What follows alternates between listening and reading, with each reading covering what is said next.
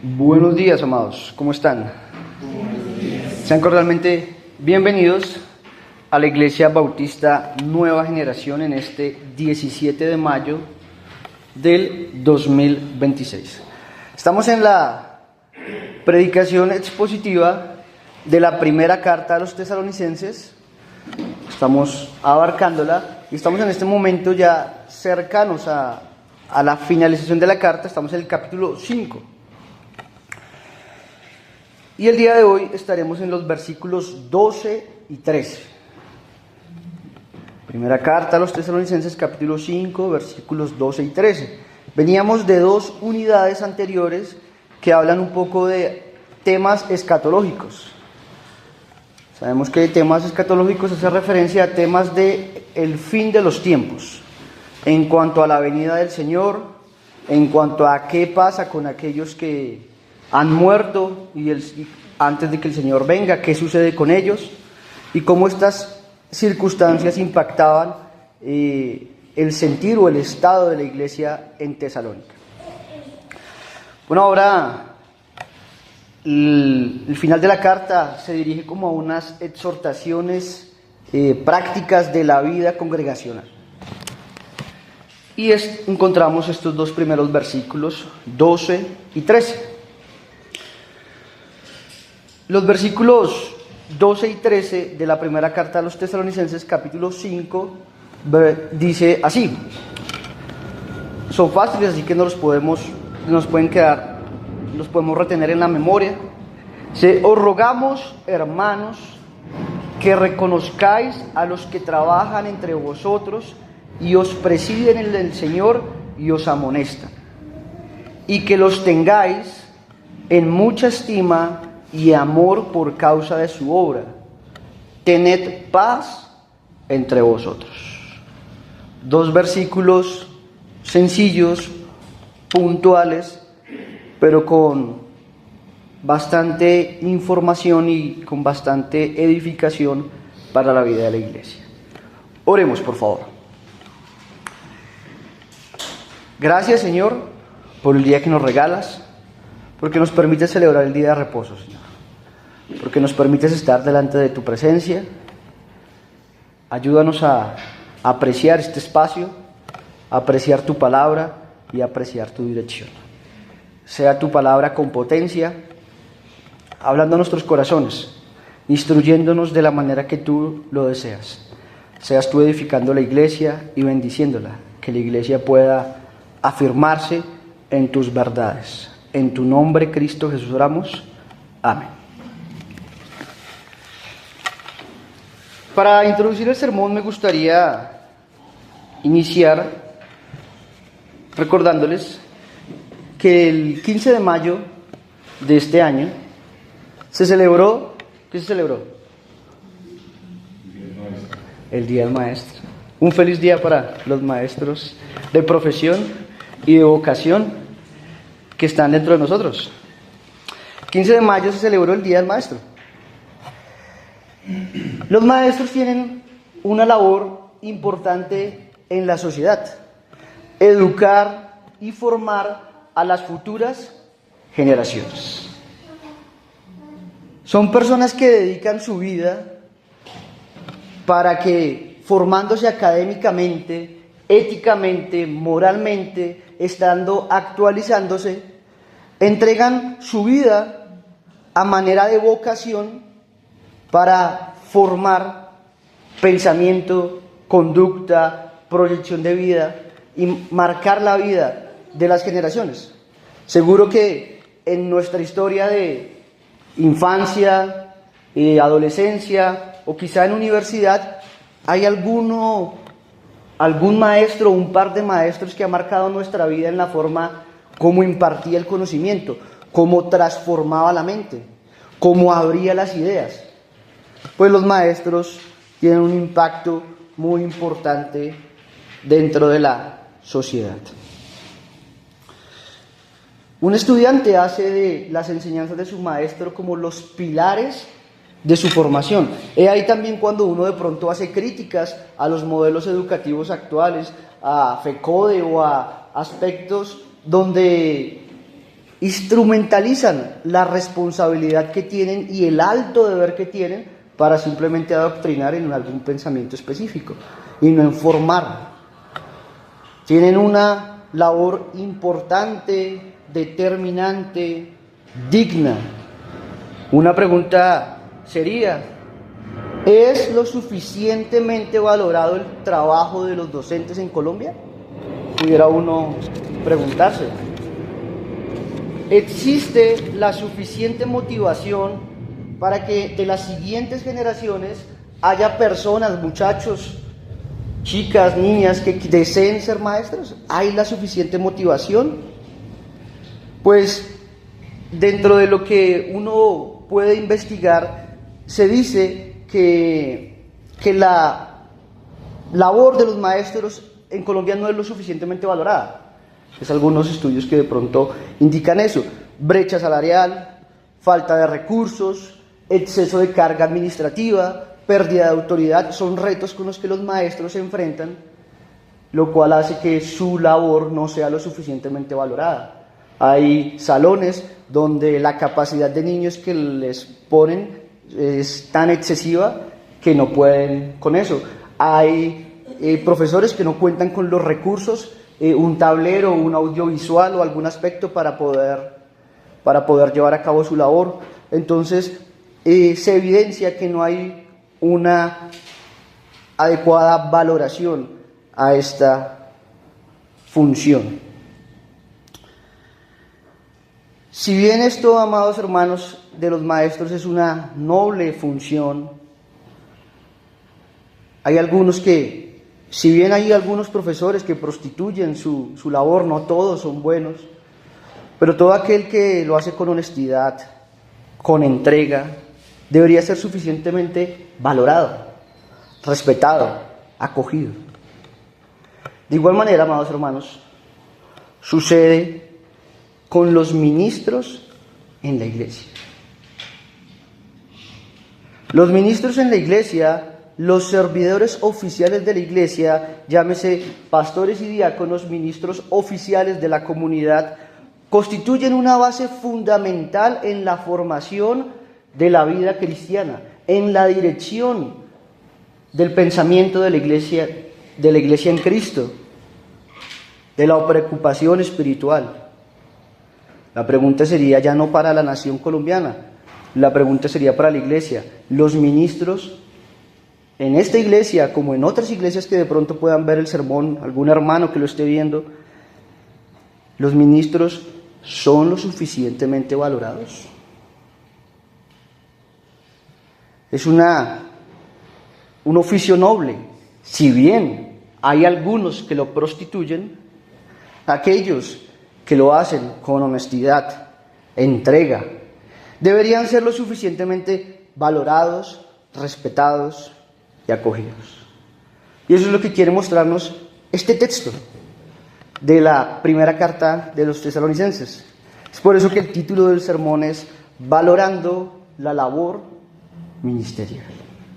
Así como se reflexiona en la sociedad el valor de los ministros, con mucha más fortaleza se debe reflexionar en la valoración que se da a los ministros en una iglesia local.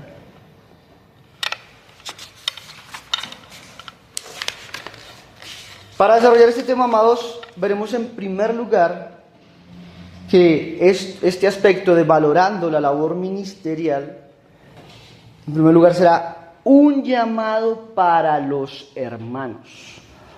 Un llamado para los hermanos.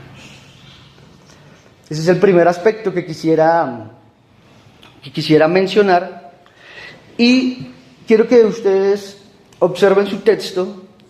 Vamos a ver cómo este pequeño texto de 2 versículos tiene como una composición simétrica de conceptos que quisiera desarrollarlo de acuerdo a lo que este texto como puede ser subdividido.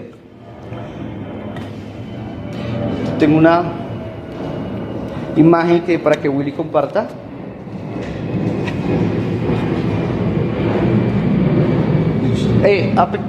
Déjala como más pequeña, de pronto como una imagen, pero déjala como más pequeñita para que se pueda ver todo.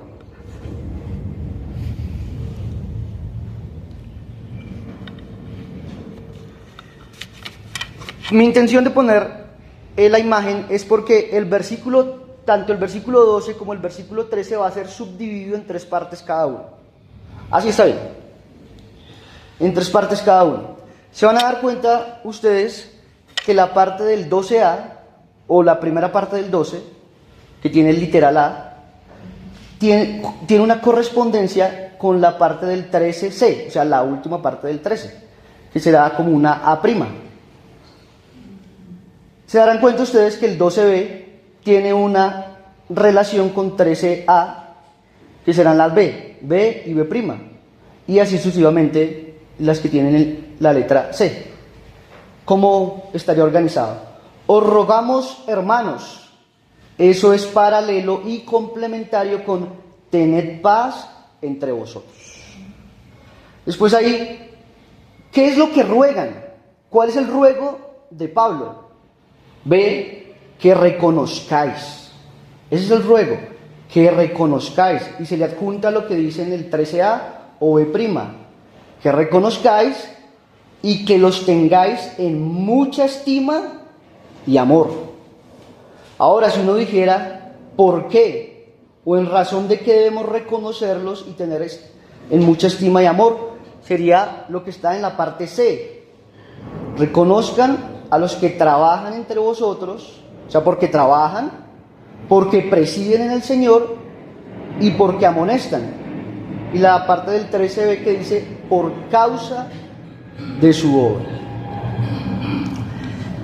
En este primer punto nos vamos a concentrar en ese aspecto de os rogamos, hermanos, y en la parte final que dice tened paz entre vosotros. El apóstol hace un ruego a la iglesia, hace una solicitud amorosa. Mire que el ruego no es un imperativo. Nosotros hemos visto verbos que son imperativos. ¿Qué es un imperativo? Una orden. Acá en este caso, os rogamos no es una orden. Es como una solicitud amorosa. Pero es interesante que cuando uno busca la palabra rogar, ¿cuál es el concepto de la palabra? Tiene dentro del concepto que es una solicitud hecha por una persona con una posición privilegiada ante el grupo. Es una persona que tiene bastante influencia sobre ese grupo, que es bastante importante para ese grupo. Es como si un jefe nos dice a nosotros, ¿me puede hacer el favor de traerme esto? No es una orden, pero es una solicitud que tiene una connotación pues importante. Entonces acá, si bien es una solicitud tierna, no por ello deja de tener una connotación apostólica en la solicitud. De hecho, la parte del 13c, el tened paz, eso sí es un imperativo. Tened paz, perseveren la paz, mantengan la armonía. Ese sí es un imperativo.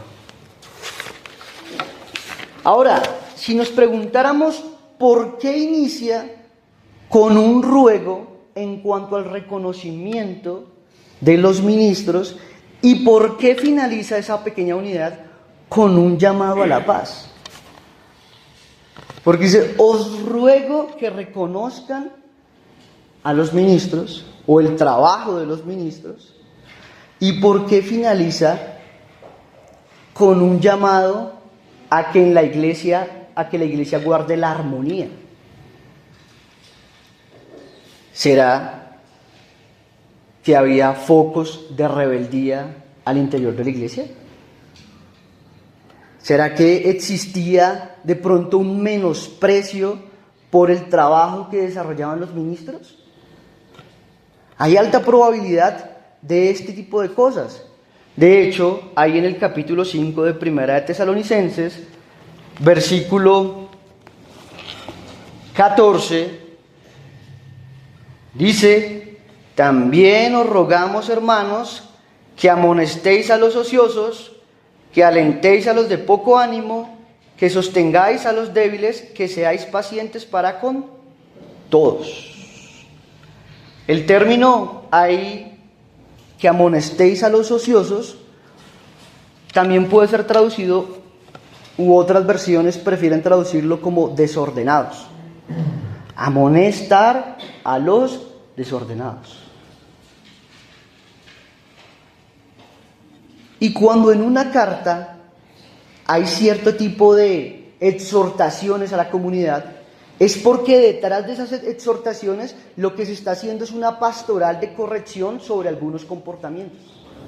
Así que con alta probabilidad pudiéramos decir que se estaban presentando focos de rebeldía o focos de menosprecio de la labor ministerial, a lo cual el apóstol debe apuntar.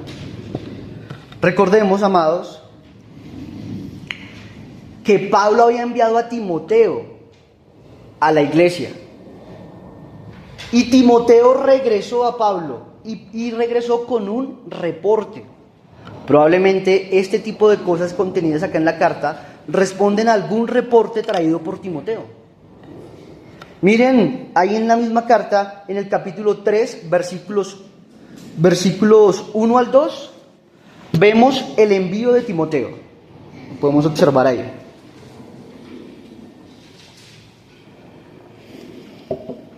Uno y 2 es el envío de Timoteo. En el versículo 6 del capítulo 3 vemos el reporte. Pero cuando Timoteo volvió de vosotros a nosotros y nos dio buenas noticias de vuestra fe y amor, y que siempre nos recordáis con cariño, deseando vernos como también nosotros a vosotros. Hay un reporte por parte de Timoteo y al parecer el reporte es positivo. Sin embargo, observe ahí mismo el versículo 10. Orando de noche y de día con gran insistencia para que veamos vuestro rostro y completemos lo que falte a vuestra fe. Es decir, si bien el reporte de Timoteo es positivo, la iglesia de Tesalónica aún tiene cosas en las cuales es necesario reforzar. Y con alta probabilidad se estaba presentando por lo menos dos aspectos: rebeldía interna hacia sus ministros o menosprecio de ellos, lo que hace que nazca esta exhortación.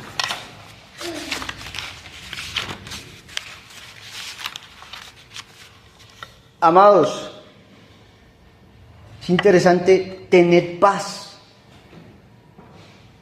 conservar la armonía,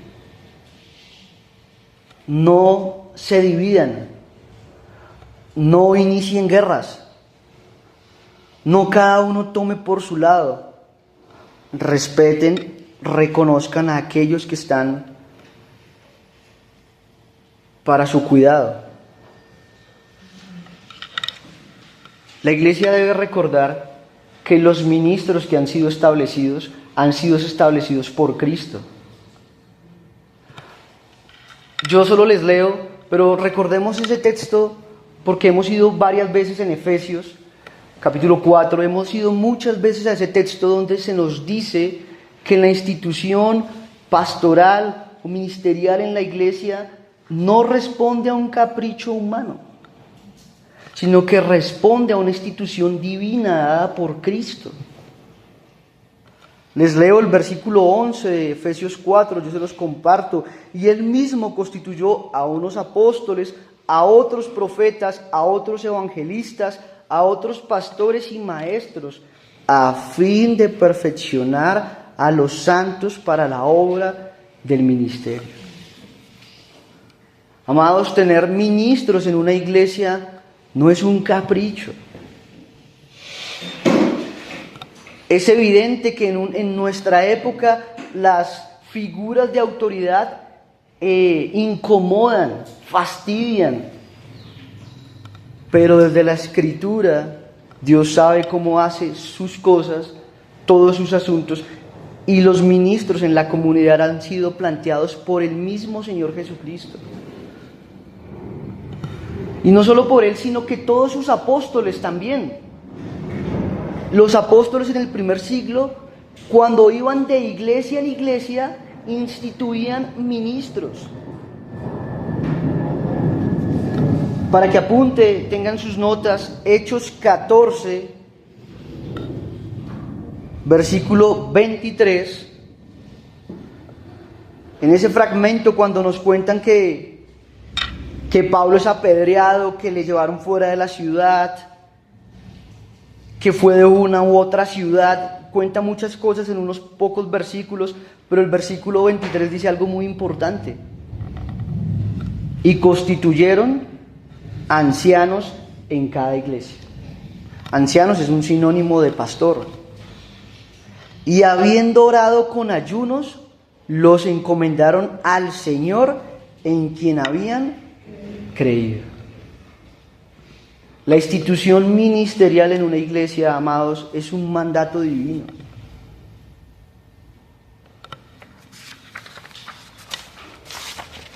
Y debe ser recibida de esta manera.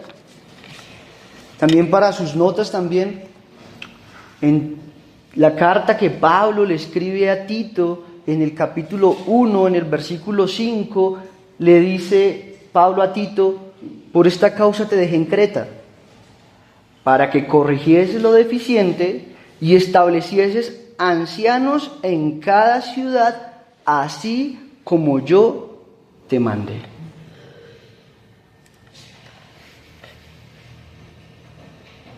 Amados, el uso de ministros en una iglesia no es un capricho humano, sino una directriz escritural. Ahora, si hablábamos de los maestros, ¿quiénes valoran a un maestro? ¿Quiénes valoran su trabajo? Yo les pregunto, ¿quién es capaz de valorar a un ministro? ¿Quién es capaz de comprender y entender la labor de su vocación? ¿Quién? ¿Sabe quién era? Solo un hermano. Solo un hermano es capaz de valorar el trabajo de un ministro. Mire ese inicio del capítulo 5. Os ruego, hermanos, que reconozcáis. ¿A quién le ruega? A los hermanos. No le ruega a los vecinos, no le ruega a los políticos, no le ruega a los soldados de la época, sino le ruega a los hermanos, que sean ellos los que tengan una valoración adecuada y correcta de los ministros. Porque que el mundo desprecie a un ministro es normal y natural, pero que un hermano desprecie a un ministro, eso sí es un atentado. Solo un hijo de Dios que comparte la misma fe es capaz de valorar a aquellos que trabajan en formar su vida espiritual. Solo un hijo de Dios es capaz de valorar a aquel que ha sido puesto por Dios para mi formación.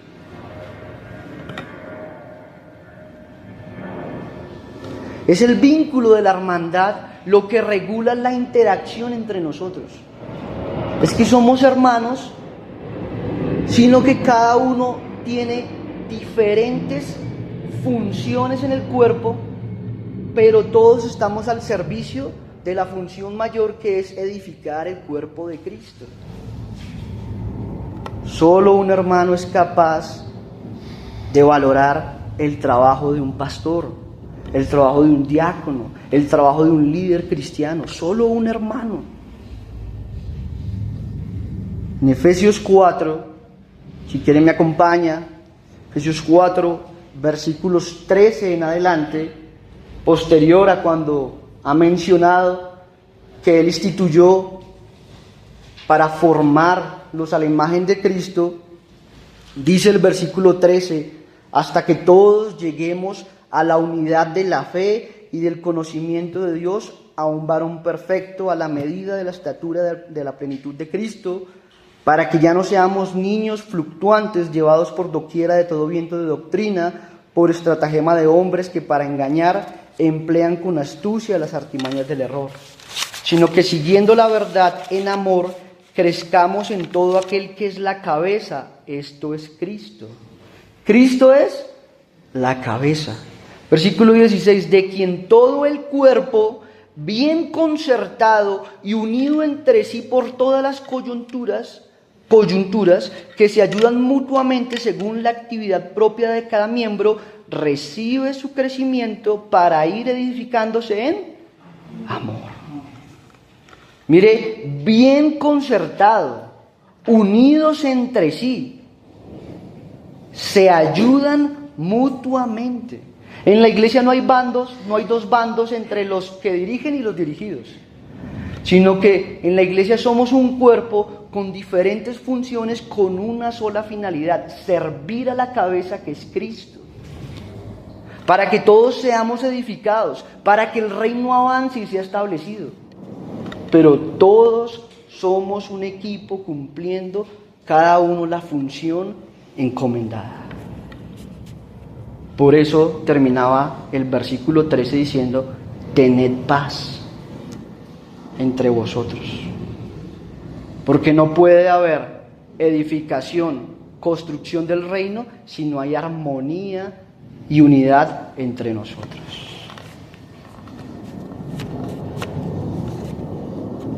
Es por eso, amados, que solo valorarán la labor ministerial los hermanos. Ahora, pasemos a nuestro segundo aspecto. Valorando la labor ministerial es el título del sermón. Y en segundo lugar, ofreciendo reconocimiento, alta estima y amor.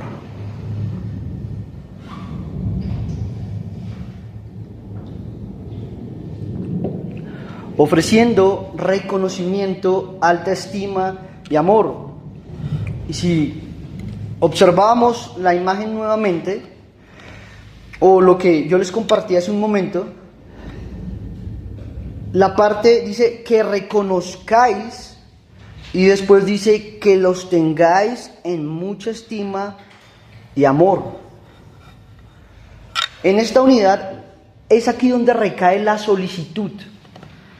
El ruego recae en que reconozcan, en que los reconozcan y que los tengan en mucha estima y amor.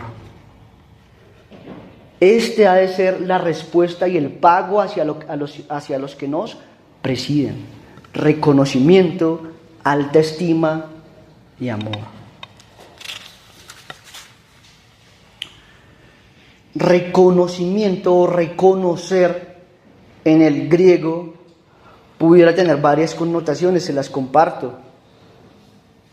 Ser conscientes, darse cuenta, considerar, apreciar una realidad espiritual. Y con esa idea, sobre esa idea quiero hacer énfasis. Reconocer a los ministros, reconocer a los que nos presiden, es apreciar el valor espiritual de su trabajo, poder verlo, poder identificar por qué es valioso lo que hacen. Para eso se necesita una cualificación espiritual. Quiera Dios el Señor nos dé esa lucidez para apreciar el valor espiritual de su trabajo. Y quiero que me acompañen por un momento a ver un ejemplo totalmente contrario de esto de apreciar, que lo encontramos en el segundo libro de Crónicas, capítulo 36.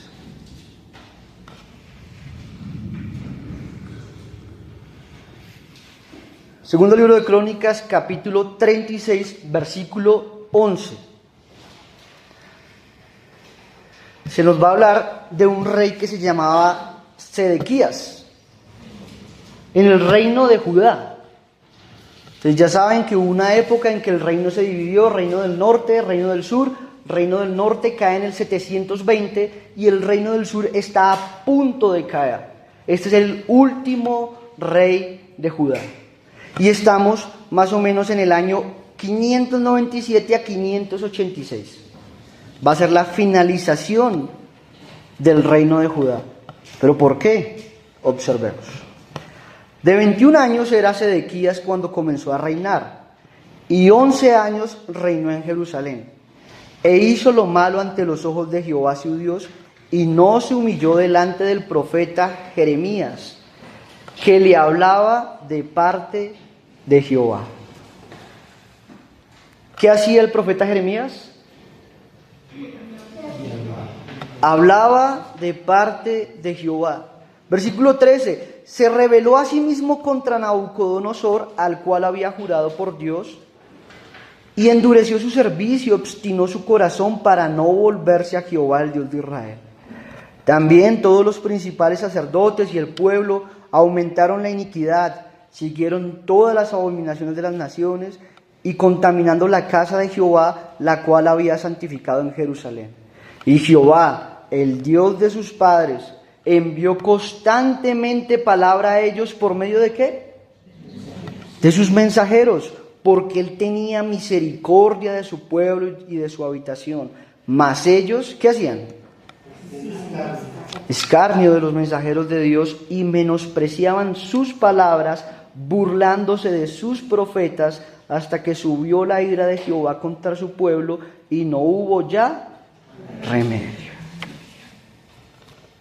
Tenemos un cuadro de todo lo contrario, porque eran enviados mensajeros. Dice que no solo Jeremías, sino que envió varios mensajeros, los cuales no fueron escuchados, los cuales fueron menospreciados. ¿Sabe qué es menospreciar? Menospreciar es tener en poco.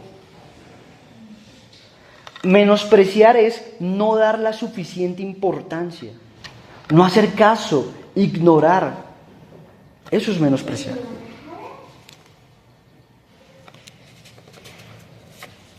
Y ellos hacían esto con los mensajeros. ¿Cuál fue la consecuencia de esto? El exilio en el año 586. Porque Dios tuvo misericordia. Y Dios usa de medios. Siempre le ha gustado, ha decidido usar medios. Pero sus medios son su representación. Hay que atender a su representación como debe ser. Uno en el libro de Jeremías, solo les comparto en Jeremías 27, hablando el profeta, un profeta que es el que está registrado acá en Crónicas, decía en ese versículo: cada día he sido escarnecido, cada cual se burla de mí.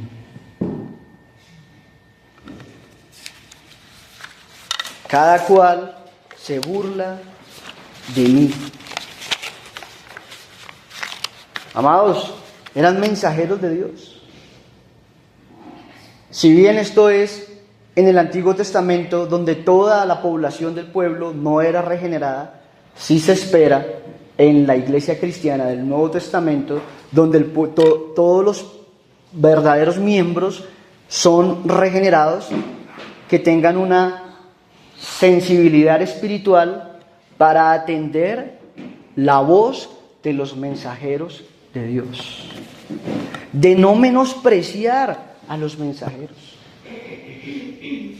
de reconocerlos. ¿Qué es reconocer? Darle estima, ver la realidad espiritual de su trabajo, atender a sus recomendaciones, atender a cuando nos abren la Biblia,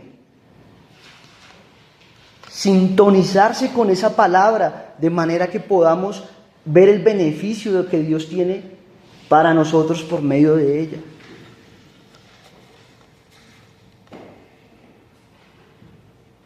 Dice el texto en el versículo 13 de nuestra primera carta de Tesalonicenses, capítulo 5, que tener en alta estima. Alta estima es un término que dice por encima, una estima inmensa, un beneficio muy alto. Y amor.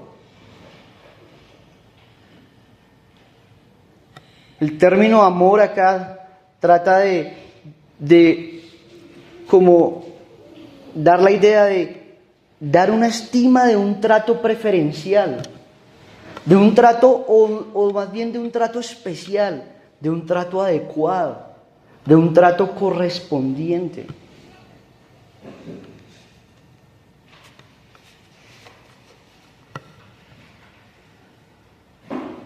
Amados, el texto, acá en la primera carta de Tesalonicenses,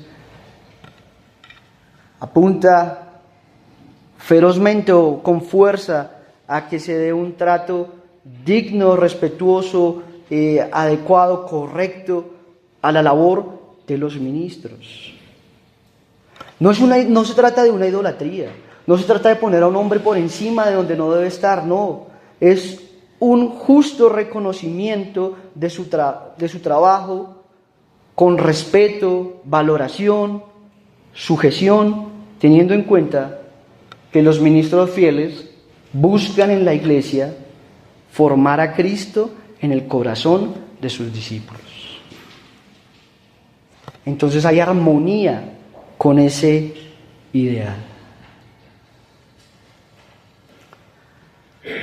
Ahora veremos, amados, que esta valoración ministerial que radica en este reconocimiento, en esta alta estima y en este amor, es a causa de su trabajo. En el aspecto número 3, por causa de su obra o por causa de su trabajo. ¿Por qué debe haber tal reconocimiento? ¿Por qué debe haber tal estima? ¿Por qué debe haber tal amor? Bueno, nos daremos cuenta entonces, versículo 12, la parte C. ¿Por qué debemos reconocerlos? Porque ellos trabajan entre vosotros, ellos os presiden en el Señor y ellos os amonestan. 3 verbos o 3 participios, 3 acciones que menciona en cuanto a los ministros o los pastores. Hay algo muy interesante acá en esta pequeña unidad. ¿Por qué debe usted reconocer o dar el valor correcto o la apreciación correcta, la estima y el amor a un ministro? No es en razón de su título, es en razón de sus funciones, es en razón de su trabajo, de lo que hace en la obra del Señor. O sea, no es porque alguien ostenta un título y por el título, no, es porque el título representa una vocación de entrega para la vida de la iglesia.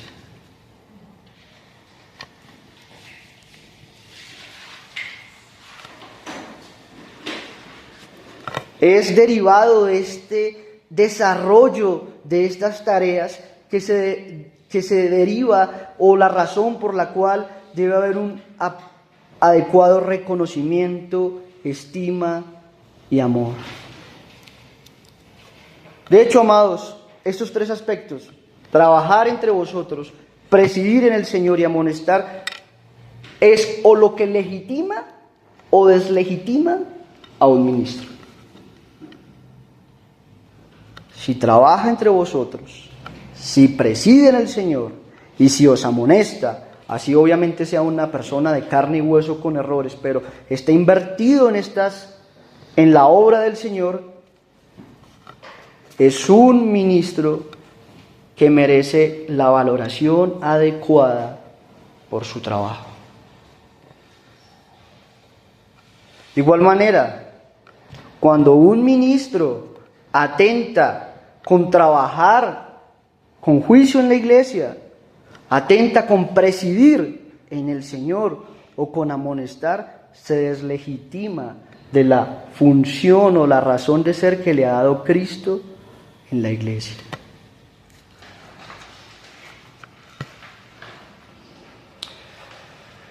Miremos el primer término, a los que trabajan entre vosotros. El uso de ese término es muy interesante en el griego, porque en el griego para trabajar o para trabajo se usa una expresión que es ergon. por lo general. Acá usa un término distinto. Por ejemplo, mire el uso de este término que digo, ergón, en el capítulo 1, versículo 3. Ahí lo usa. Por favor, acompáñeme. Primera carta de Tesalonicenses, capítulo 1, versículo 3.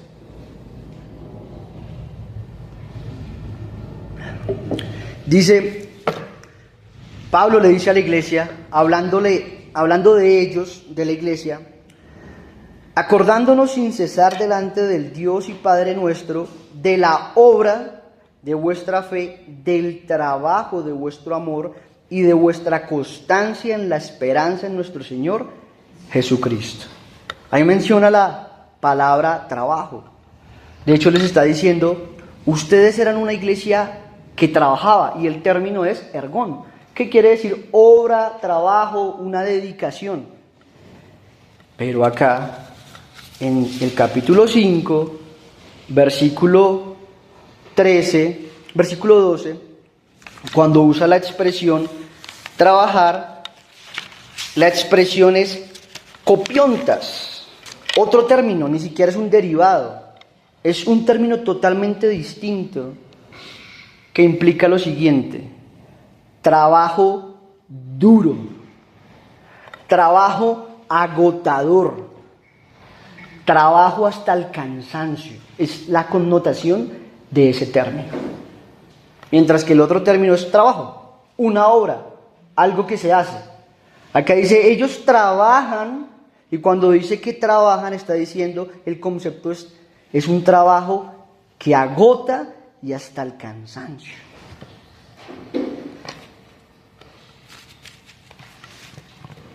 Ese es el tipo de trabajo de un ministro. Pero hay en otra parte del Nuevo Testamento donde usa este término, y es ahí donde quisiera que me acompañaran al libro de Hechos, capítulo 20, que leía el director de culto. Leeremos Hechos capítulo 20, versículos 33 en adelante.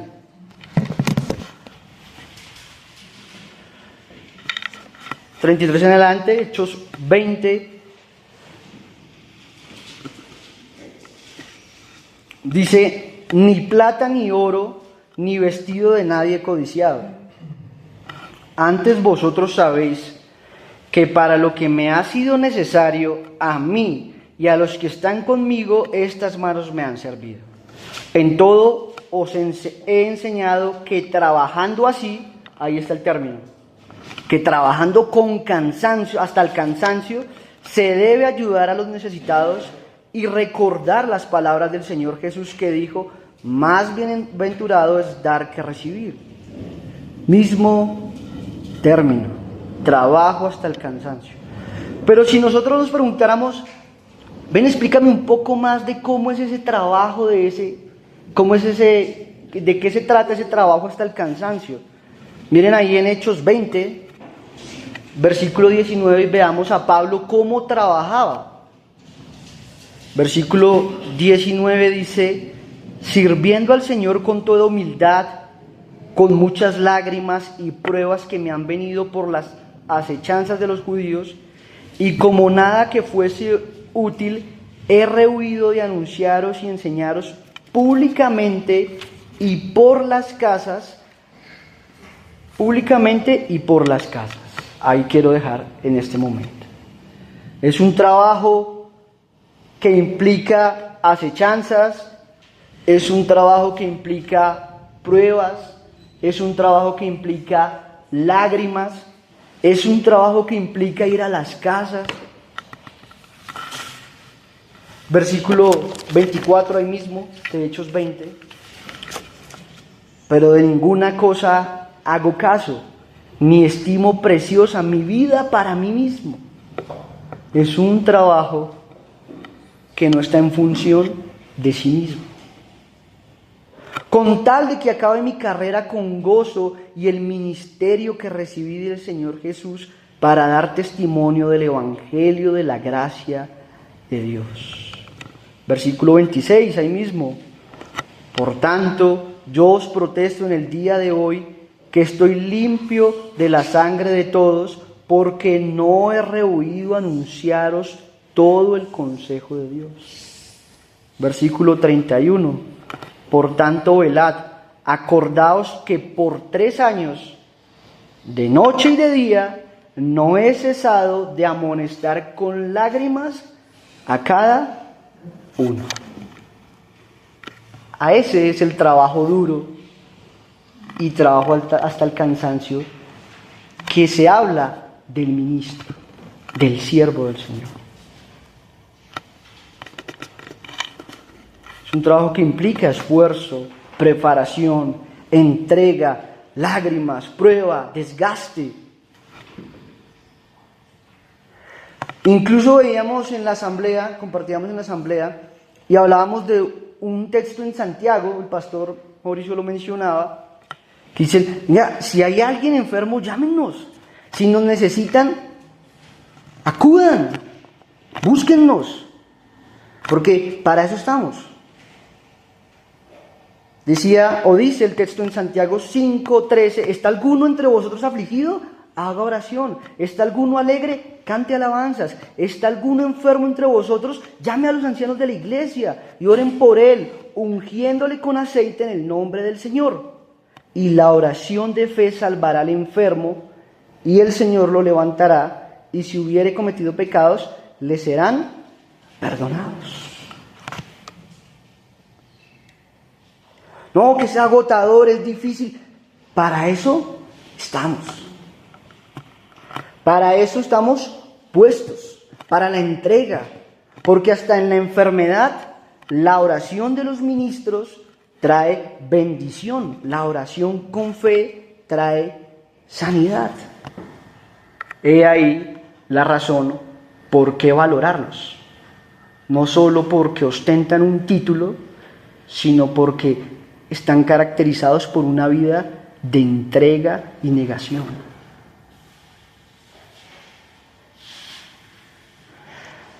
¿Por qué valoramos a los ministros? Porque los ministros han tomado como ejemplo a nuestro Señor Jesucristo. Pablo dijo, imítenme a mí, iglesia, imítenme a mí como yo imito a Cristo.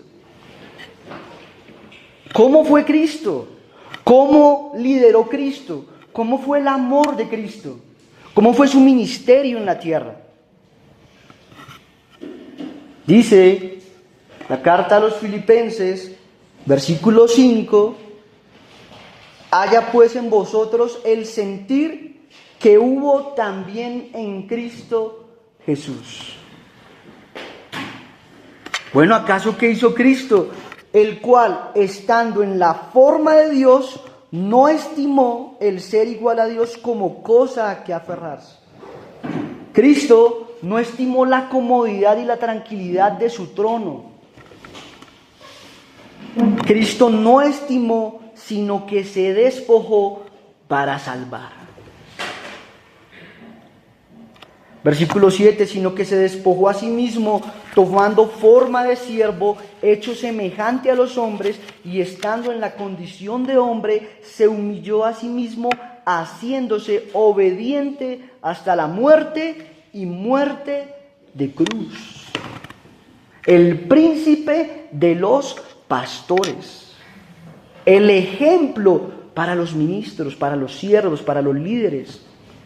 Entrega por la causa de Cristo, entrega por su obra. Si el Maestro lo hizo para salvar, ¿por qué yo no lo puedo hacer como siervo para que los planes, el reino de Dios sea establecido en la tierra, para que Cristo sea glorificado? He ahí, valoramos a los ministros porque son mensajeros de Cristo y porque reflejan el carácter de Cristo. No es por tanto una autoexaltación, sino es un reconocimiento de la virtud de la entrega.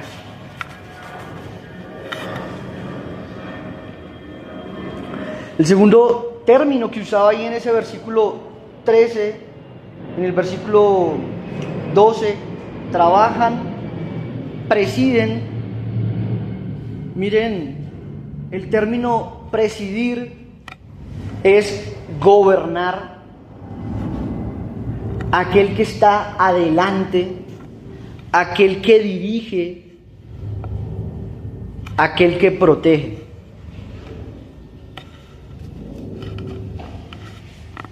Miren, este concepto de presidir tiene dos aspectos. Por un lado, el de estar adelante para gobernar, pero por otro lado, el que está adelante para proteger, como un pastor con sus ovejas. ¿Cómo va un pastor con sus ovejas? Sus ovejitas reales. Va adelante, va con su cayado, va protegiendo, va dirigiendo. Esa es la presidencia o la dirección de los ministros. Claro que es una guía en el Señor, porque dice los que os presiden en el Señor. Es decir, que no es la presidencia de los caprichos, no es la presidencia del yo, de mi placer, no, es la presidencia de lo que Cristo ha mandado en sus Escrituras. Por eso, lo más que podamos ser ajustados a las Escrituras es lo que nosotros debemos anhelar. El que está adelante para dirigir, para guiar, para proteger, para cuidar. Una presidencia en el Señor para el servicio. Nos dijo nuestro mismo Señor Jesucristo cuando se le acercaron dos de sus discípulos que, Señor, ¿dónde estaremos? Yo estaré a tu derecha, ¿podemos sentarnos a ese lado? Él les dice que nuestra dirigencia no será caracterizada como las del mundo, como los gobernadores de este mundo.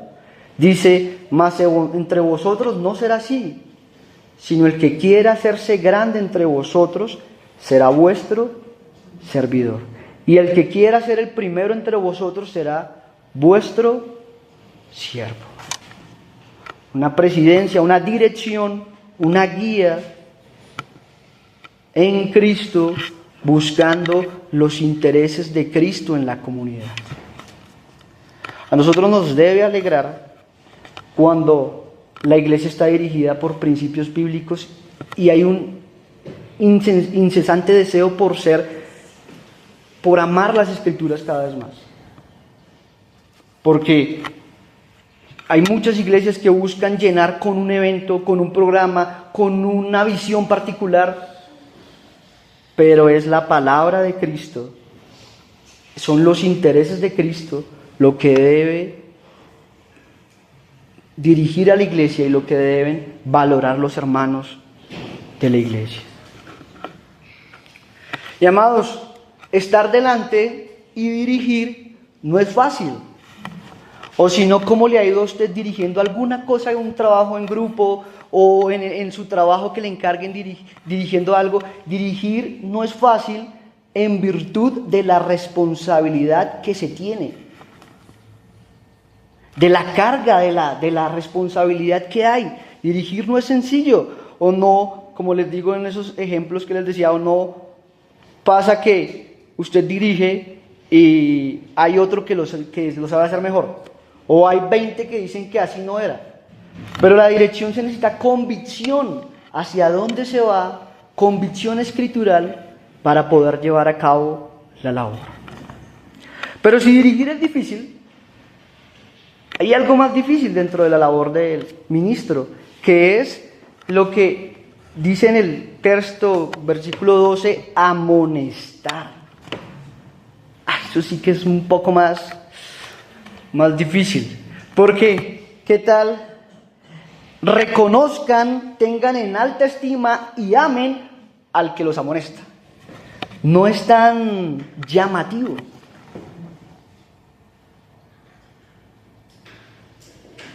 Y un ministro pudiera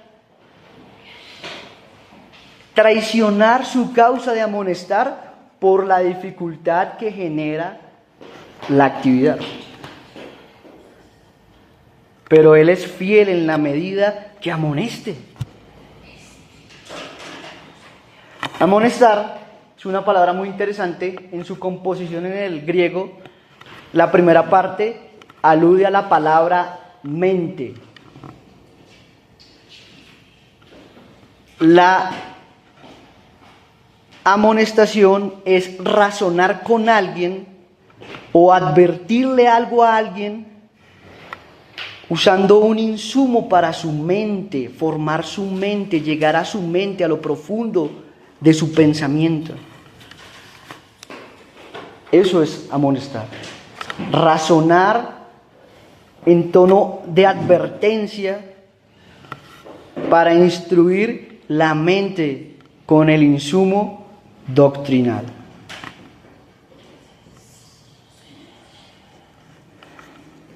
Amonestar requiere que en ocasiones no se digan las cosas que las personas quieren escuchar. Porque amonestar no es sencillo, pero es la labor de un ministro. Amonestar. Si bien la expresión no está asociado directamente con el castigo o con la humillación, el término no está asociado con eso, con la humillación o la vergüenza, la amonestación sí tiene como objeto producir una tristeza según Dios que lleve al arrepentimiento. Claro, el objetivo en la amonestación no es acabar a alguien o humillarlo, pero la misma amonestación y el llamado a abrir los ojos y atender la Escritura sí tiene como objeto que la persona tenga una tristeza según Dios que guía al arrepentimiento, como nos dice la segunda carta a los Corintios en el capítulo 7. Una tristeza que lleve al arrepentimiento.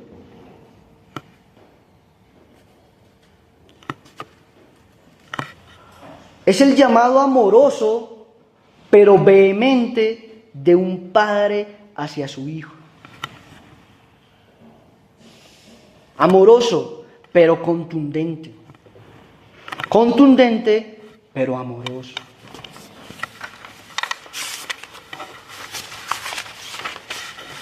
¿Recuerdan en Hechos 20? Les leí ahorita, versículo 31, ahí también usa en ese gran texto el término amonestar. En el versículo 31, y mire cómo lo dice Pablo. Por tanto, velad, acordaos que por 3 años, de noche y de día, no he cesado de amonestar con lágrimas a cada uno. Un ministro es aquel que de noche y de día no cesa de amonestar, con lágrimas, con dolor, sabiendo que a veces no es tan fácil. O ustedes como padres, cuando toman a uno de sus hijas, de sus hijos, y los corrigen, ¿no hay algo de dolor en la corrección que imparten? O cuando hay una práctica repetitiva que está siendo perniciosa en la casa, en el colegio, en algún lugar, y ustedes tienen que llamarle a sus hijos la atención fuertemente, porque si no, no va a despertar. Llamarlo, así sea con lágrimas, pero tiene que ser una advertencia fuerte, porque ustedes aman a sus hijos. Esa es la labor de un ministro. Meterse en circunstancias que no son tan cómodas, en situaciones que no son tan fáciles, en opiniones y en situaciones que no pueda que él salga bien librado. Pero es su labor. Y es, amados hermanos, en virtud de estas funciones, de un trabajo incansable, de un trabajo agotador, es en virtud, amados, de esa presidencia o esa dirección que guía y protege, y es en virtud de la amonestación que ejercen en la iglesia que los ministros deben ser reconocidos, valorados por su trabajo, amados, respetados. Es en virtud de esas funciones. Si tenemos un ministro valiente, gracias a Dios. Si hay valentía, Gracias a Dios, porque eso es lo que dice Pablo, que agradezcamos, que amemos, que honremos. Y como dirigir, amonestar, presidir, trabajar, de pronto en la comunidad o cuando hay amonestaciones, no pudiera ser tan fácil la convivencia. Por eso Pablo termina el versículo 13 de ese fragmento: tened paz, como mandamiento, como imperativo. Conserven la armonía, déjense pastorear, ajustense a la forma como Dios y Cristo ha diseñado el servicio en la iglesia.